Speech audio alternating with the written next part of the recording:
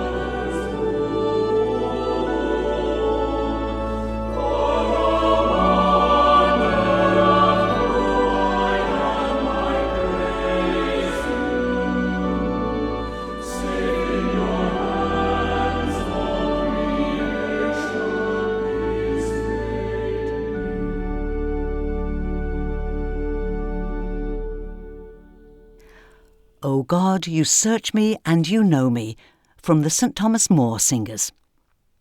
Richard Gamble represents one of the many charities who last month received a donation from AFD Software, the Ramsey-based postcode people who each year give away a significant proportion of the company's profits to support local and global charities.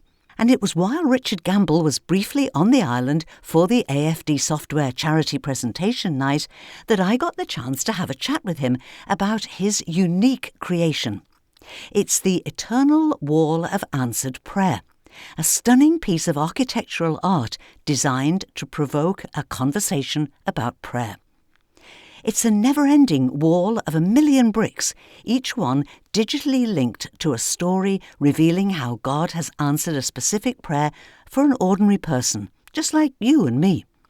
The site of the Eternal Wall will be in Coleshill near Birmingham, and the finished structure will be visible up to 6 miles away. But how close are we to seeing the Eternal Wall complete and ready to welcome visitors? I'm joined now by the founder of the Eternal Wall of Answered Prayer, Richard Gamble. Richard, just remind us of the details of the Eternal Wall. We're building a giant white infinity loop which will arch 50 metres into the skyline. It's made of 1 million bricks, and every single brick will represent a story of answered prayer. People will be able to point their phone at any one of the bricks, and their phone will light up and it'll tell them the story of hope that lies within it. 20 years ago, God spoke to me about this, and it's been a roller coaster journey, I think it would be fair to say. Even with the land itself, we prayed, trying to find some land, and this lady prayed. She circled a map and said, this is where the land is. And what she didn't know was the person who owned that land had emailed me just a few days before and asked to meet with me. I meet with him. I tell him that God had told me to build a national landmark in 2004. And he then told me that God had told him the same thing in 2003. And he'd set up a trust fund and wanted to help. It is an extraordinary story of answered prayer. I don't think we have the confidence in prayer that we should have, do we? No, and I think it's a relationship for me, and I don't believe in a God who's like a transactional ask and you get everything that you ask for. I don't think it quite works like that, but I think prayer is a conversation. And in my, 34 years of being a Christian, I've learned how to speak to God and how to listen to him as well. I can believe that God can speak back and give us direction and give us guidance or comfort. And then sometimes you have those little amazing moments where you ask for something specific and he answers in his marvellous way. But those moments, you think, gosh, God's on my case here. He's trying to help. And we've, with this project, have just had some moments. And of course, people can often be God's answer. That's sort of borne out by AFD, really, because during the year, I had a moment where I had a bill that landed on my desk completely unexpected. I had a week to pay for it. I phoned everybody I knew to see if they could help me. Nobody could. I'm like, oh, Lord, please help. I don't know what to do. And then I got an email from AFD saying that we'd been nominated and this was the amount they were going to donate, which guess what was the amount that was in the bill. So, that is then an encouragement because they know that they've heard God in terms of deciding the right people to give to. Now, this is a huge project because you've described this everlasting loop. And people can, in fact, go online and see an artist impression of this. You've got a website. We'll come to the address for that at the end of this conversation. But it's not just that. You've got to create an infrastructure. There has to be access roads. You want a visitor centre so that it is an experience for people to go there. So there's a lot to be put in place. Where are you up to, actually, with the project, Richard? So we've built the access road. We have our planning permission. And now the funds are in place for us to sign contracts, which we hope will happen in the beginning of next year and we can start building. We still need to raise some money for the visitor centre and for landscaping and the technology to make the phones work. But step by step, we're getting there. And what's been really interesting on our journey, a 20-year journey, is that God has used different people to provide for us just at the right time. Often lastminute.com, to be honest, but we've never sort of been sat on loads of money. We just keep going every day and God just provides the right amount. And we're hoping to open in August 27, which after 20 odd years is pretty exciting that we can see a finish line. Let's talk about the thing that's at the heart of this. The prayers that are going to be on these bricks. Now, you're not just looking for things that have happened in the last year or two, or even in the last 5 years, or even the last 20 years. You're asking people to look over their life as a whole and perhaps go back to the war years and when people have been in times of real distress and difficulty. So you're asking people to look back over our lives and maybe we'll see things differently, do you think? Yeah, I think if I could encourage you, maybe do this for New Year, right? Give yourself a New Year's resolution to have a cup of coffee one day and give yourself a couple of hours to reflect on the good things that God has done in your life. I can guarantee you will not leave that 2 hours discouraged. We live in such a fast-paced life that we don't have time to think often of the blessings, counting our blessings. But there are many, many things that God has done in our nation and for us individually. And part of the, if you like, the outworking of this project is hopefully that it encourages people to think about, well, has God answered my prayers? I prayed for this, I prayed for this. Did God answer? Oh, yeah, he did. Did you thank him? Oh, I might have forgotten. So we're trying to create more thanksgiving, I think, in the nation, more thankfulness for all the things that he's done. It is going to be very significant. It's in a very open space, it's close to a motorway, but it's going to be very, very visible. You couldn't be unmoved by it, could you? And simply put, we want to make hope visible. We want people to know that there is always a hope. When you start to look through the tens of thousands of stories of answered prayer that we've got already, we've got a massive variety. And we want to be in the position where whatever storm of life you're going through, no matter how mountainous it may seem, there's always hope. And we want to encourage people to pray and be inspired by people who've been in the same position of them, who've prayed and they've seen how God has answered, not always in the way that they expect. It may be that God has provided them comfort and support and strength and patience and joy.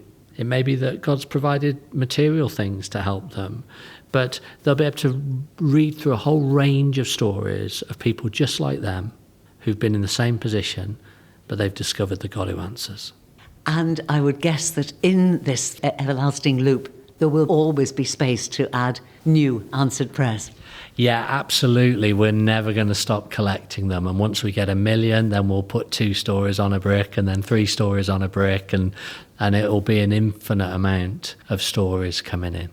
And that's exactly why it's called the Eternal Wall of Answered Prayer. If you'd like to know more, see an artist's impression of how it'll look, or find out how to submit your own prayers, you'll find everything on the website, eternalwall.org.uk. And Eternal Wall is all one word with no spaces or capital letters. My feet were dragging slow on this road. Dark clouds above me, heavy low. Caught in shadows, cold and lone. Then a whisper said, you're not alone. Heard his name in a soft breeze call. Felt his touch and began to fall. Wandered lost in nights so black. Now I am sure no turning back. Jesus, lift my soul so high. Break my chains, let me fly. Through the storm, through the fire. Seeking love, seeking higher. Shattered dreams, they filled my heart, but his light, it tore them apart. See his face when I shut my eyes. He's the sun in my dark skies. Fell down hard in this cruel world. Through the pain, his love unfurled. No fear, no more, no distant goals. Jesus, he lifts my soul.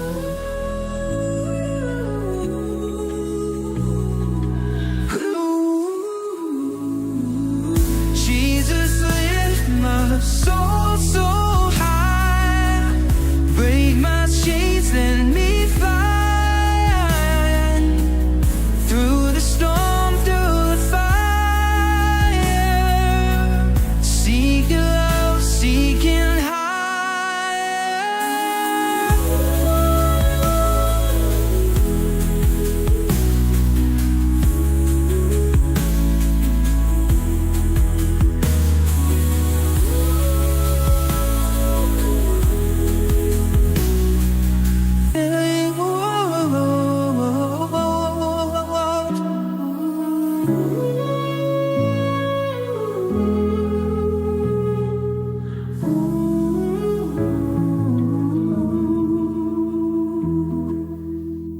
that's a first for At Your Service. It's the first time that we've featured music from Ed Sheeran. Jesus, Lift My Soul. Keystones was a series first broadcast here on Manx Radio in the 1980s as part of our regular Sunday religious programming.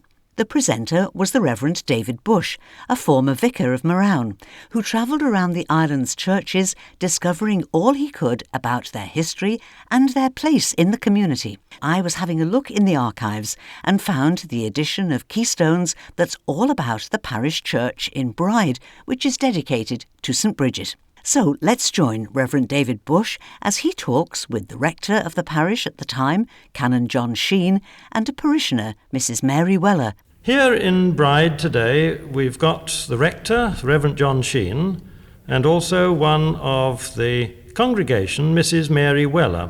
Now, Mary, you, I believe, were born in Bride. I was, yes. Was there a large gathering around the church? Yes, there was. When I was quite young, we had a very large Sunday school here. We had 3 sections in the Sunday school. Canon Kane took one lot, and there was a Miss Kermode who had another lot in the vestry. And there was another group in the centre of the church here. This was at 10 o'clock in the morning. This building, of course, is quite modern. It's only a little over 100 years. What was on the site before this, Mary? Well, just about 50 yards further down, there was the old church, which was a rectangular building with outside stone steps going up to a sort of balcony.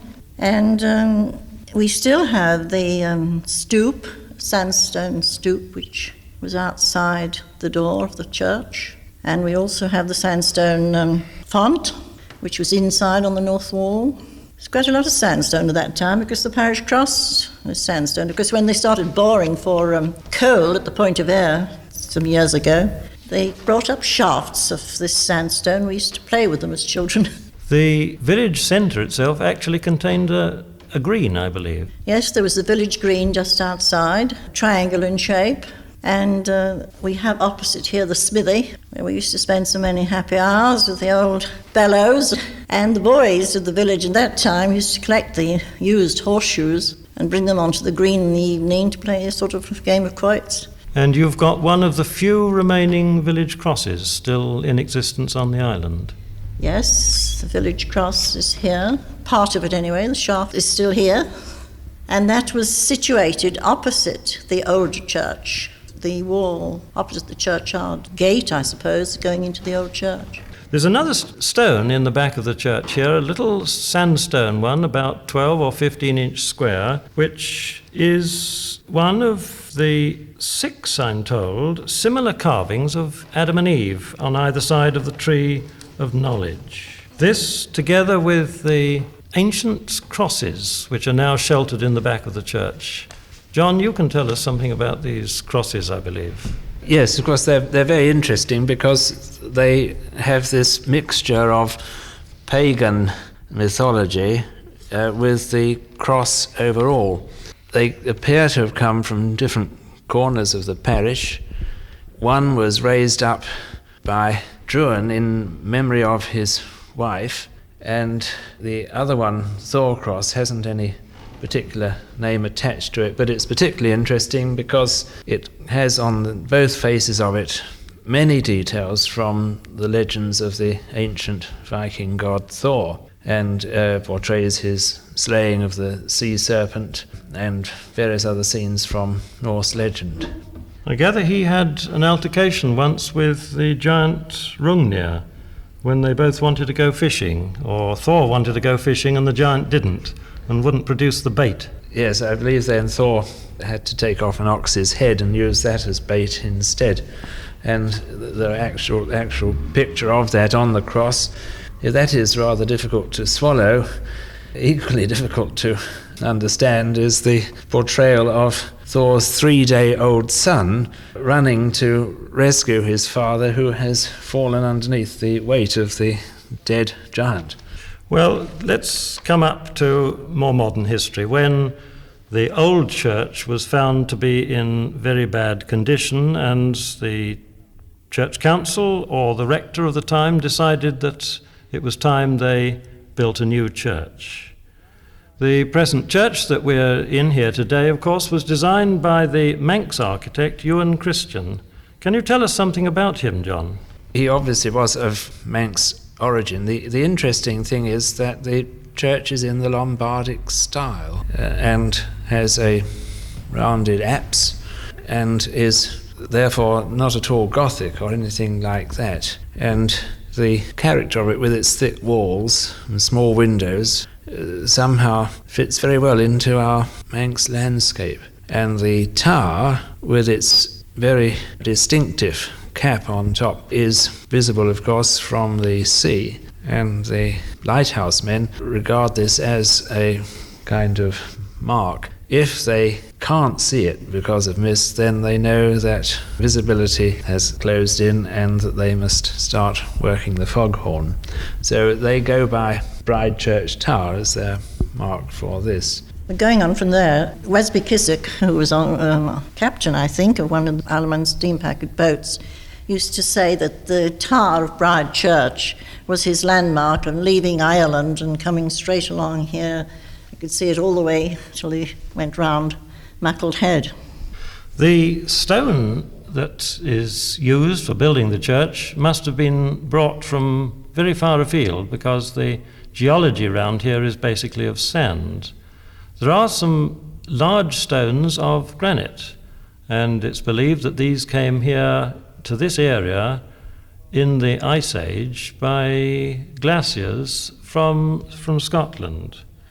A lot of the local materials, of course, were brought by the local inhabitants, including that rather dreaded seashore sand, which was brought here by Daddy Tier, I have heard. Mr. Tier was a farmer who lived down on the shore at Cranstall, and I expect he was doing his bit and bringing the sand, but instead of having the washed sand, which they were taking from the Ayres, he took it straight off the beach, and we have a perpetual memorial to that in the dampness up in the sanctuary. I think it's true to say all the farmers in the parish were expected to bring so much sand and so many stones to the church for the building. It's their contribution, particularly the haulage. And of course a lot of the local contractors worked on this. I believe the joinery of the organ case and part of the Ten Commandments was done by a local village carpenter who used to live in the Three Feathers. Was that one of the local pubs? The Three Feathers is just down below the day school here, and that was a pub many, many years ago. I suppose that's why the Three Feathers was over the doorway. It's now just an ordinary building in East View. Of course, all this kept the cost down, the cost of the church being about £600, which was really very cheap indeed, I think, by any standards. Though this didn't mean that the work was escaped in any way.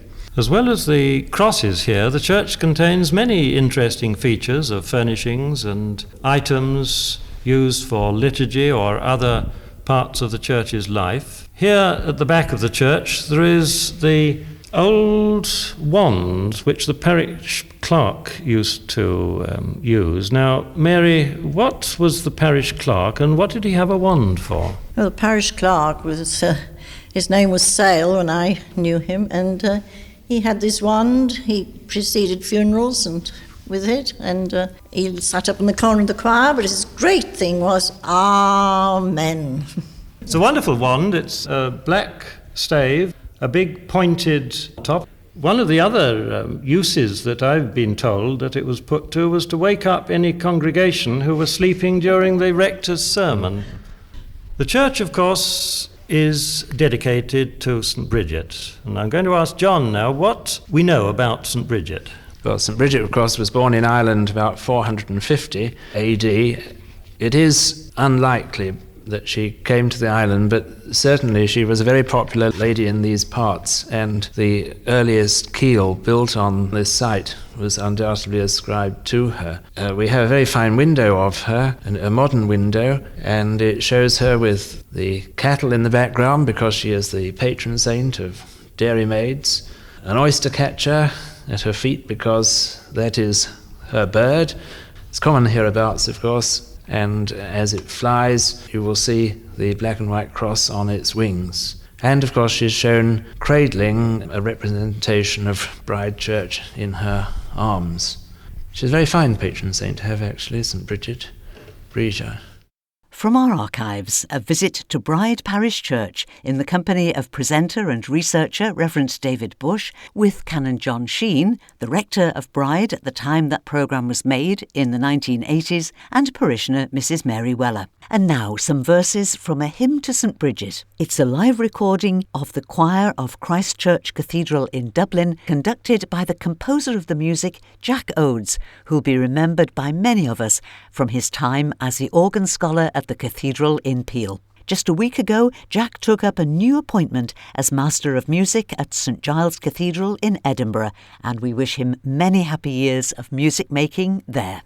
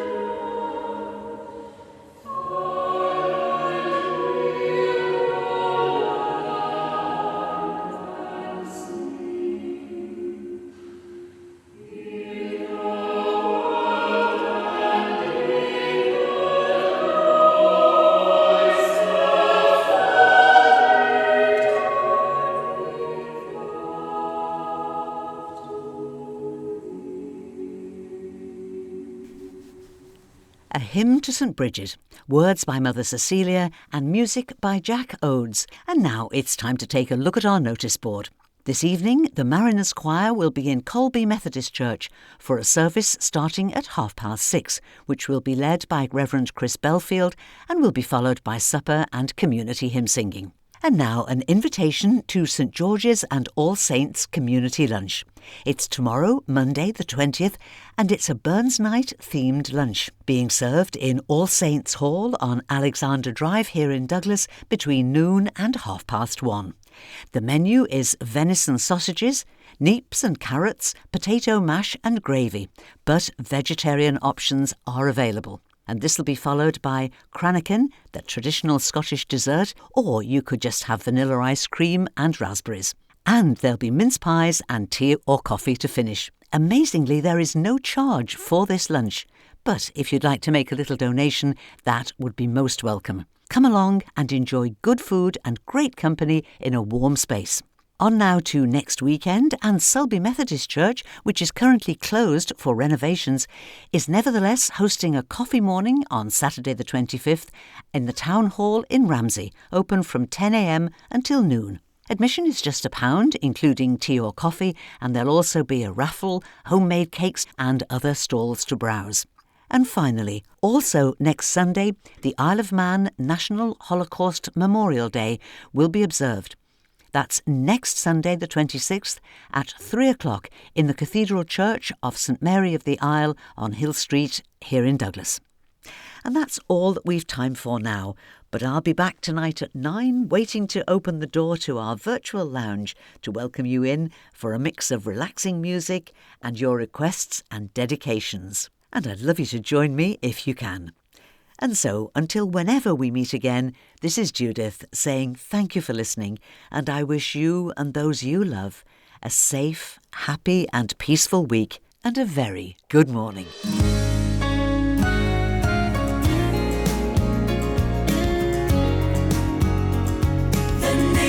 station.